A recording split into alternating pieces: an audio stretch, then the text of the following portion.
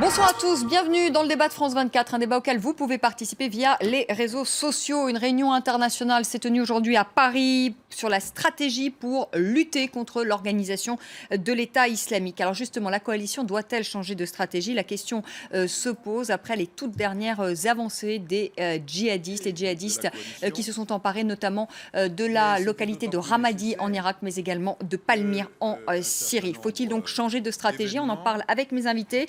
Avec vous, Michel Goya, bonsoir.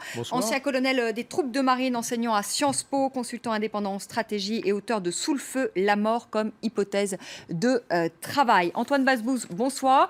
Directeur de l'Observatoire des pays arabes, auteur du Tsunami arabe, et c'est aux éditions Fayard. CV Aizouli Aydin, bonsoir. Merci d'être avec nous, avocate au barreau de Paris, membre de la déclaration de Damas et secrétaire de l'Organisation syrienne des droits de l'homme. Anne Kratz, bonsoir.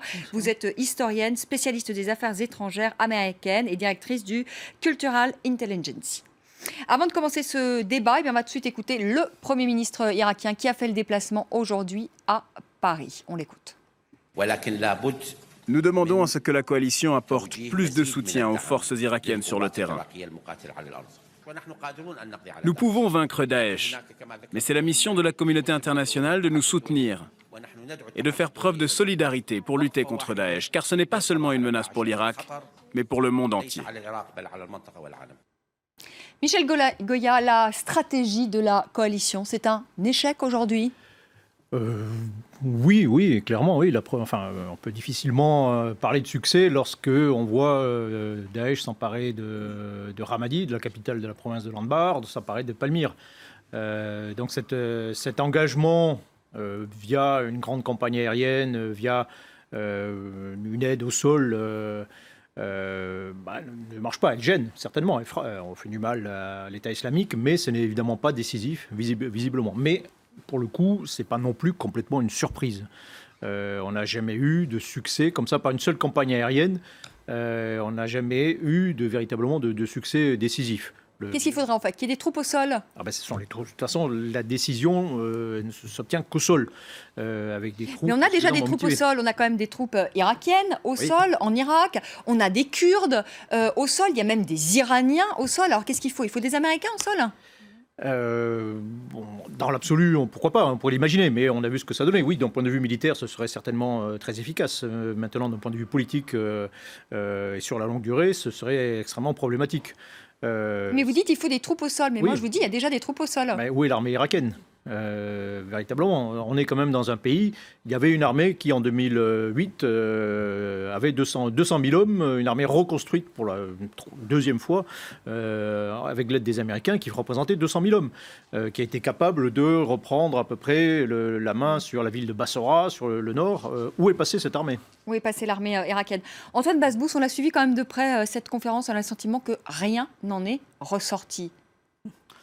C'était une comédie internationale avec pour champion le Premier ministre irakien qui a voulu faire des effets de manche et qui reportait sur les autres tout ce qu'il n'a pas réussi à faire, ni lui ni son prédécesseur.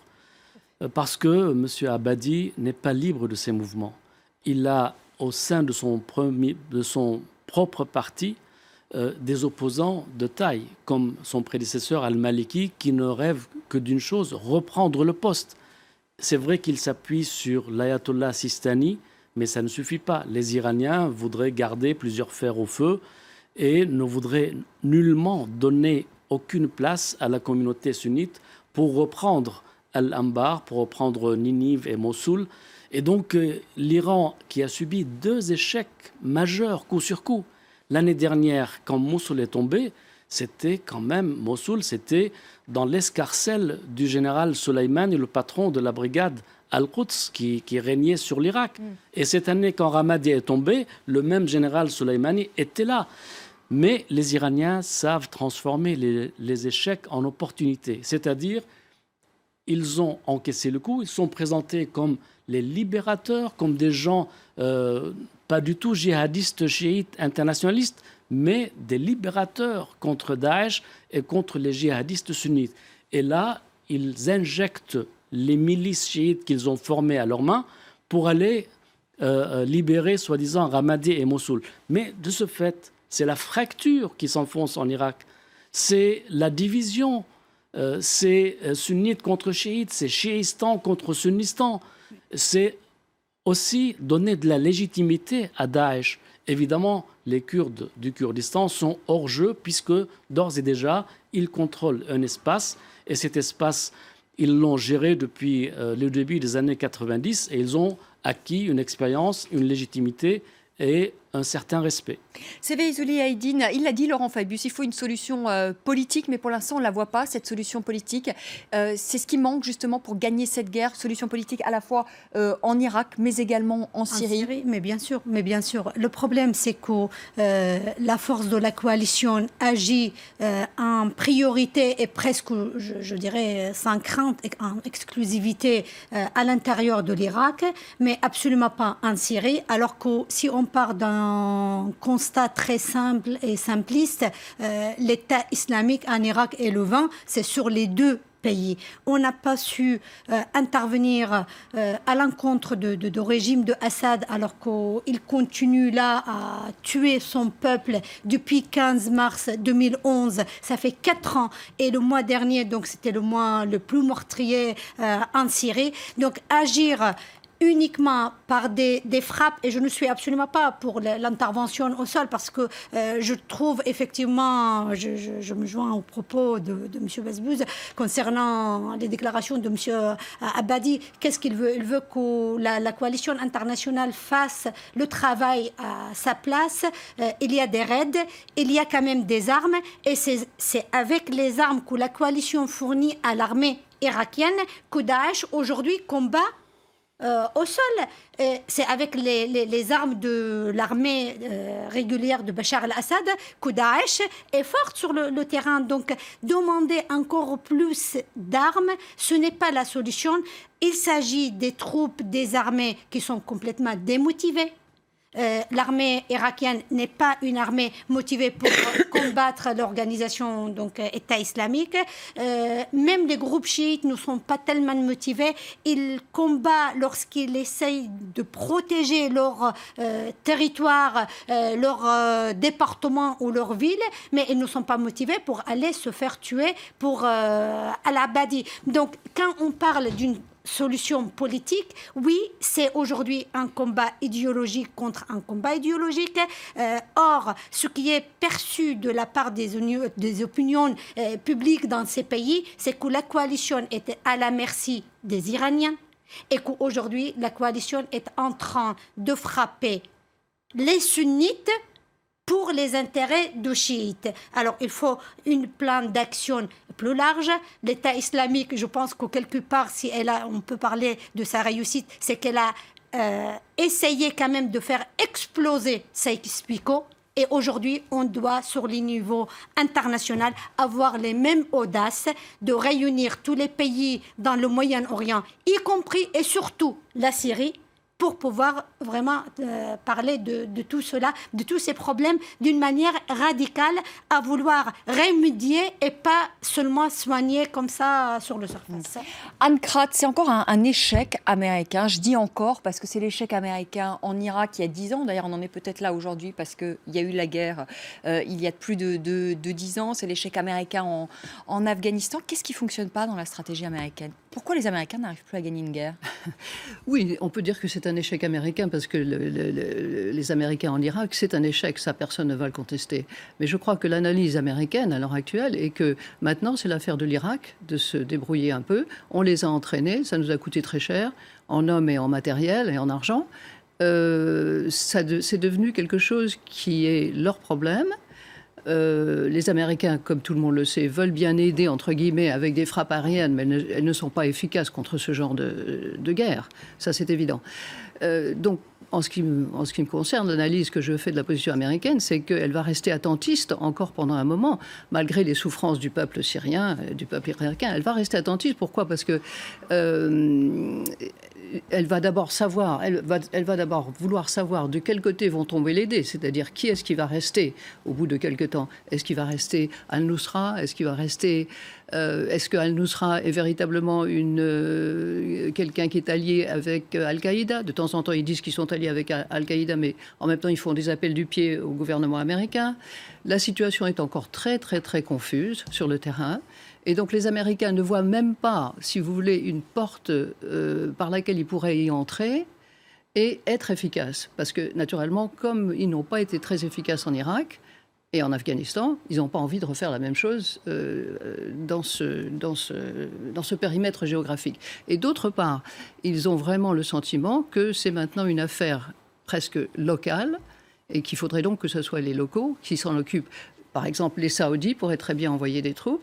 On a signé avec l'Arabie Saoudite le plus grand contrat d'armement jamais signé avec un pays tiers de l'ordre de 90 milliards de dollars récemment, les Américains avec les Saoudites. Mais comment vous pouvez imaginer sur le terrain les Saoudiens face aux Iraniens combattre l'organisation de l'État islamique? On peut l'imaginer, mais si vous voulez, c'est pas pour demain matin, Antoine Masbous. Non, bien sûr que c'est pas pour demain matin, mais... ont d'habitude de dire c'est quelqu'un qui délivre, donc il est sérieux, il est crédible. Or, en l'occurrence, les Américains n'ont pas délivré en Irak et en Afghanistan. Mais ça veut dire quoi? Ça veut dire qu'ils ont livré, soi-disant, clé en main, une armée irakienne qui ne fonctionnait pas. Ils ont gobé tous les mensonges de Maliki, qui était leur protégé, et celui de l'Iran pendant 8 ans, en fermant les yeux sur ce qui se passait, en le croyant, alors qu'ils voyaient derrière que ce n'est pas vrai. Donc les Américains sont quelque part coupables. Et leur culpabilité, c'est surtout le manque d'autorité. Il n'y a pas de pilote dans l'avion américain.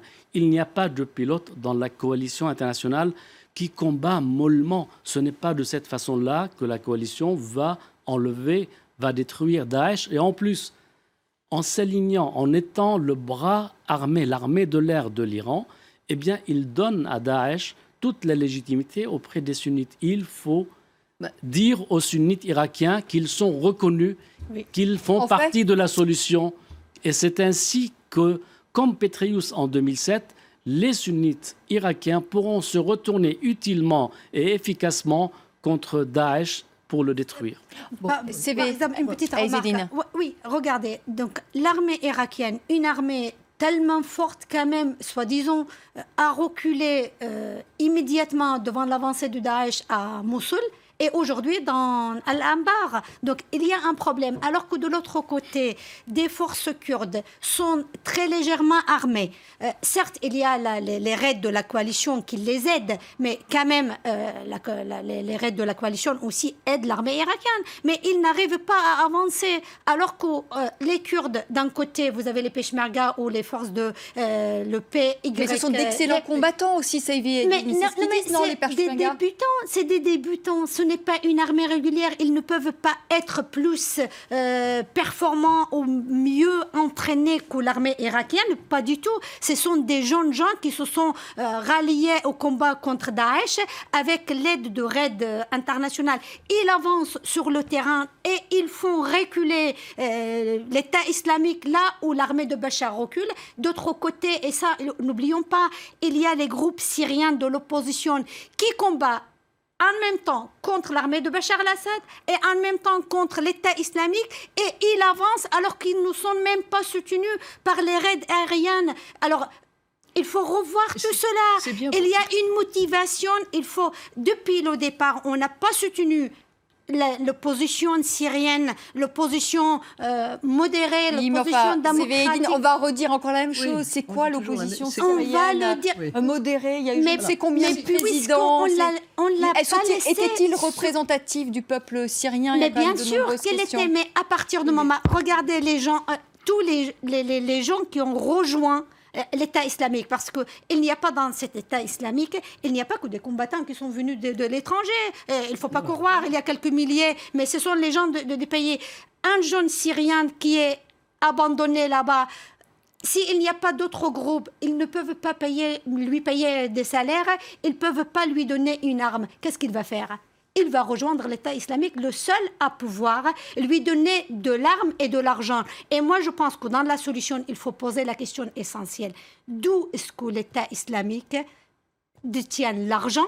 Les armes, on a dit qu'on lui cède, et les combattants viennent d'où? Alors ça pose la question de la coopération de la Turquie avec la coalition internationale. Alors là, justement, sur le rôle de la Turquie, justement, colonel Goya, parce que le problème aussi peut-être de cette coalition, c'est qu'il y a de nombreux pays. Là, il y avait 26 représentants à Paris. Est-ce que finalement les intérêts ne sont pas divergents? Il est vrai qu'il y a des informations qui sont sorties, apparemment une vidéo où on voit donc des camions turcs passer la frontière avec la Syrie et donner donc des armes, en tout cas alimenter les djihadistes. Est-ce qu'il n'y a pas aussi des doubles jeux, à la fois des intérêts divergents et des doubles jeux au sein de la coalition? L'État islamique est fort de deux éléments. Il est fort d'abord du soutien de cette population sunnite qui finalement voit dans cette organisation son seul bouclier, qui se sent encerclé, qui est encerclé par le régime de Damas, qui est encerclé par Bagdad, par les Kurdes, qui est encerclé de tous les côtés, qui finalement n'a pas d'autre solution que de se retourner vers Daesh pour se défendre finalement. Donc ça c'est le premier élément. Le deuxième élément, la deuxième force de Daesh, c'est en fait la faiblesse et les ambiguïtés et les divergences de tous ses voisins. Les Kurdes, effectivement, le Kurdistan, il est solide, il a pour l'instant tiré plutôt des bénéfices de toute cette affaire. Il s'est emparé de la zone de Kirkouk qui était disputée, mais personne ne veut voir les Kurdes sortir du Kurdistan, et surtout pas les Turcs. Les Turcs qui sont également opposés au régime de Assad, et donc qui jouent aussi, qui finalement bénéficient aussi d'une certaine façon de l'existence de l'État islamique. L'Arabie Saoudite et les monarchies du Golfe qui sont rivales elles-mêmes dans ce jeu, et qui en même temps, pour qui l'État islamique est une menace, mais en même temps une menace peut-être moindre que l'Iran et les chiites qui le combattent. Donc tout ça est plein d'ambiguïtés, plein de contradictions, et Daesh en profite. Et puis sur le terrain, Daesh comme vous l'avez dit, il y a des combattants motivés, ce qui n'est pas le cas de beaucoup de ses opposants en réalité. Anne Kratz, ce qu'on a quand même du mal à comprendre, pardonnez-moi, avec les Américains, parce que c'est quand même une spécialiste de la politique américaine, c'est qu'à chaque fois, il y a finalement la même erreur, que ce soit, on évoquait l'Irak tout à l'heure, que ce soit l'Afghanistan, et je pense encore à la Libye, c'est-à-dire qu'il n'y a jamais une solution politique à la clé. Pourquoi est-ce qu'on ne propose pas une solution politique pour la Syrie, c'est-à-dire de mettre la pression pour arriver à une transition en Syrie, mettre la pression également sur le gouvernement irakien pour réintégrer les sunnites, notamment dans le jeu politique? Pourquoi les Américains ne font pas pression? Cette pression-là, pour parler précisément de la pression sur le gouvernement irakien pour réintégrer les sunnites, on l'a mise sur M. Maliki et il est parti. Bon, ça c'est une chose. Mais si vous voulez, pour mettre une véritable pression politique sur un pays comme l'Irak, il faudrait l'occuper, il faudrait avoir une force d'occupation, il faudrait avoir des gens qui pourraient gérer tout ça de façon quasi quotidienne, et ça c'est impossible pour les Américains. Madame disait tout à l'heure, les combattants irakiens ne sont pas motivés, pourtant ils ont été entraînés, surentraînés, équipés, suréquipés par les Américains, mais ce n'est pas les Américains qui peuvent les motiver. Ça, je suis désolée. Je peux dire, on peut mettre sur le dos des Américains tout ce que vous voulez, on aura certainement raison. Mais il y a une chose qu'on ne peut pas faire, c'est motiver les gars pour aller se battre contre Daesh. D'autre part, je répète que l'analyse politique que font les Américains, c'est d'une part que ça se situe assez loin de chez eux maintenant, et deuxièmement, il faut encore attendre un petit peu que la situation se clarifie. Tout ce que vous avez dit, madame, et vous aussi, monsieur, montre que cette situation est tellement complexe qu'on ne peut pas savoir quels seront nos alliés demain, parce que les alliés d'aujourd'hui ne sont plus les alliés demain. Les combattants d'hier deviennent nos alliés. On a vu, comme je le répète, le leader de Al-Nusra faire des appels du pied extrêmement ambigus envers les Américains, tout en disant qu'il recevait toujours ses ordres de Al-Zawahiri en Égypte, tout en disant aussi que maintenant il n'était plus avec Daesh alors qu'Al-Nusra s'était rangé sous la bannière de Daesh.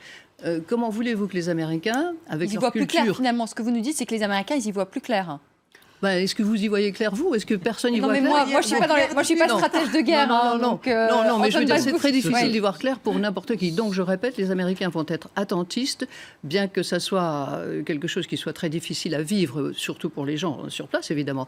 Mais ils seront forcément attentistes parce que personne, localement, là où sont les premiers intéressés, ne leur suggère des solutions viables. La seule chose qu'ils font, c'est d'aller aux États-Unis ou ici en Europe, demander plus d'argent, plus d'armes, c'est tout. Antoine Basbous. Je m'aperçois que les Américains cherchent à avoir le statut de spectateur au lieu d'avoir le statut d'acteur. Et je m'aperçois aussi qu'ils sont en train de changer d'alliance. Depuis 1945, ils avaient opté pour l'alliance avec les Saoudiens, c'est-à-dire plutôt les sunnites, et maintenant ils sont en train de promouvoir les ayatollahs de Téhéran avec l'accord qui doit arriver à la fin du mois sur le nucléaire iranien. Vous avez besogne, entre parenthèses. Écoutez, c'est acté. Il faut maintenant travailler un peu quelques détails, mais pour moi, c'est déjà derrière nous, cet accord. Et Obama rêve d'une chose, c'est d'aller, avant la fin de son deuxième mandat, célébrer tout cela à Téhéran. Je dirais, oui, évidemment, c'est moi qui le dis. Ouais. Et je ne suis pas le porte-parole de M. Obama, mais je le pense. Moi non plus. Alors, ce que je voudrais dire sur la Turquie et sur Obama, eh bien, rappelez-vous cette déclaration lumineuse du président américain quand il disait « Cette opposition syrienne composée de pharmaciens, de professeurs, d'entrepreneurs, d'agriculteurs, il l'a méprisée, cette société civile. C'est elle qui a fait la révolution contre Assad. En l'abandonnant comme ça, il a donné l'avantage à Daesh parce que ces gens, avec leur barbe, leur argent, leur salafisme djihadiste, belliqueux, eh bien, ils apportent de l'argent, ils apportent des armes, ils ont des soutiens et ils percent sur le territoire alors que les alliés naturels de l'Occident et de M. Obama ont été laissés. Et quand vous avez la Turquie, j'ai lu que le président Hollande a dit que la France a livré dès 2012 des armes à l'opposition. La France est à 3000 km de la Syrie, 3500 km. La Turquie est voisine. Donc la Turquie, voyant ce que l'allié américain dans l'OTAN a fait par rapport aux modérés syriens, eh bien la Turquie a dit « Mon intérêt, c'est d'installer à mes frontières des gens avec lesquels je pourrais parler ». Et donc la Turquie, naturellement, a livré de l'armement et la Turquie est devenue l'autoroute du djihad. Et ça, c'est par dépit. Aujourd'hui encore, Antoine Basbous, parce qu'ils se sont fait quand même remonter les bretelles, quand même, les Turcs. On leur a demandé plus de coopération dans la lutte contre le terrorisme. Et aujourd'hui encore, ils continuent, les Turcs, à alimenter ce djihadisme. Ils ont créé leur succursale en Syrie, tout au long de leurs frontières. La chute de Idlib et compagnie, eh bien, cette chute-là a été conçue et opérée depuis le territoire turc. Il ne faut pas se voiler la face. Très rapidement, Sévéline, j'ai encore une question pour Michel Goya aussi. Ce n'est pas uniquement la route de passage de djihadistes, parce que de toute façon, vous voyez ce qui se passe là-bas, il n'y a que la Turquie où tous ces djihadistes arrivent, ça incontestablement. Mais il y a aussi un autre aspect qui est très important. Le pétrole que Daesh contrôle, ça part où ? C'est vendu à travers... Oui, parce qu'ils gagnent de l'argent sur le pétrole. Qui achète le pétrole? Ce sont les Américains qui achètent le pétrole? C'est ça le plus important. Et moi, c'est le régime d'Assad et les Turcs. C'est le régime d'Assad et les Turcs. Et ben voilà, justement, vous voyez, donc à long terme, certes, maintenant, mener de raids aériennes et opérations militaires à l'encontre de Daesh, c'est ponctuel, c'est immédiat. Mais aussi, l'arme de l'argent et contrôler la provenance de finances de l'État islamique, à long terme, c'est ça qui va porter ses fruits et c'est très important donc de pouvoir résoudre cette question. Colonel Goya, un mot encore. On a évoqué lors de cette conférence des actions ciblées menées par les forces spéciales. Est-ce que ça peut justement permettre de gagner cette guerre? Est-ce que ça peut être une solution? Non. Non, clairement non. On peut tuer qui on veut, d'autres les remplaceront, c'est pas ça, c'est pas un règlement politique. Comment reconquérir Ramadi et Palmyre alors? Il faudra que des gens se dévouent pour aller effectivement reprendre la ville à pied, quoi. Et bon, pour l'instant, on voit pas très bien qui, à part peut-être pour l'instant des milices chiites. Ce sont les seules troupes relativement efficaces, mais ça introduirait d'autres problèmes considérables par ailleurs. Les problèmes ont été créés pour ça, parce que la coalition et tout cela, on donne maintenant un message très fort en disant la coalition est avec les chiites et avec l'Iran et on table. Sinon, regardez, la coalition soutient Abadi et soutient Assad. Alors de l'autre côté, vous avez les peuples, les sunnites à l'intérieur de l'Irak et de la Syrie qui sont massacrés quotidiennement et personne ne se préoccupe de leur sort, donc c'est pas possible. Merci à tous les quatre d'avoir participé à ce débat un peu plus court en raison de l'actualité. Je rappelle l'information principale de la soirée, c'est la démission du président de la FIFA, tout juste réélu. C'était vendredi dernier, Sepp Blatter qui quitte donc ses fonctions, qui démissionne de la FIFA. On en parle dans notre édition de 19h avec Raphaël Kahn. 20h, pardonnez-moi, 20h.